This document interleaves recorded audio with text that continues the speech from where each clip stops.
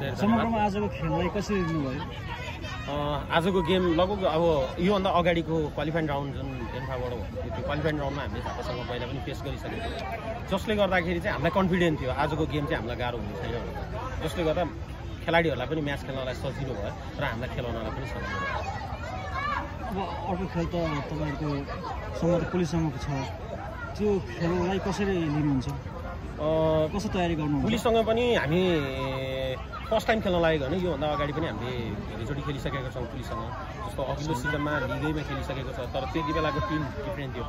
अहिले आएको टिम जुन प्लेयर छ हामीसँग अहिले सङ्कटामा, त्यो प्लेयरले चाहिँ हामीले नुवाकोटमा च्यालेन्ज गरिसकेका छौँ पुलिससँग, र त्यति बेला 1-2 मात्र इररको कारणले गर्दा हामीले डिफेट भएको थियो, जम्मा 0-1ले हारेको थियौँ त्यति बेला।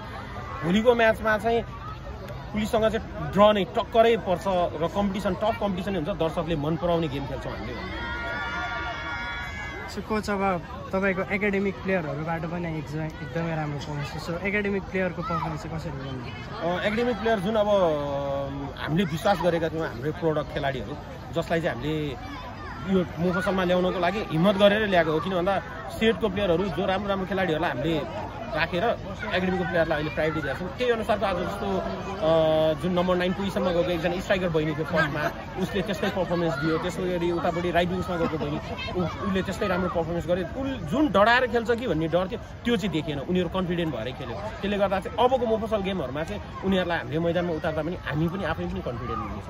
सो यो टुर्नामेन्टको लागि हाम्रो तपाईँले भुटानबाट पनि प्लेयर ल्याउनु भएको थियो, सो ओभरअल उहाँको पर्फर्मेन्सको बारेमा चाहिँ आज जो हाम्रो एकजना प्रतीक्षा राई भन्ने बहिनी जो मिडफिल्ड थियो, ऊ चाहिँ भराइसी कामले गर्दा हाम्रो टिममा थिएन। ऊ चाहिँ हाम्रो सेटको मेन मेरुदण्ड नै हो मिडफिल्डको लागि। ऊ नहुँदाखेरि अर्को मिडफिल्ड नयाँ प्लेयरलाई छिराउँदै गर्दाखेरि चाहिँ हामीलाई के डर थियो भने ऊ जम्न सकेन भने चाहिँ टिमको पुरै मेहनत खेर जान्छ भन्ने डर थियो। तर आज उसले उसको ठाउँलाई चाहिँ रिप्लेस गर्यो, जसले गर्दा चाहिँ हामीलाई आजको खेल सहज भयो। सो झापाको यो क्राउड कस्तो लाग्यो तपाईँलाई? झापामा खेल्न कतिको सजिलो छ?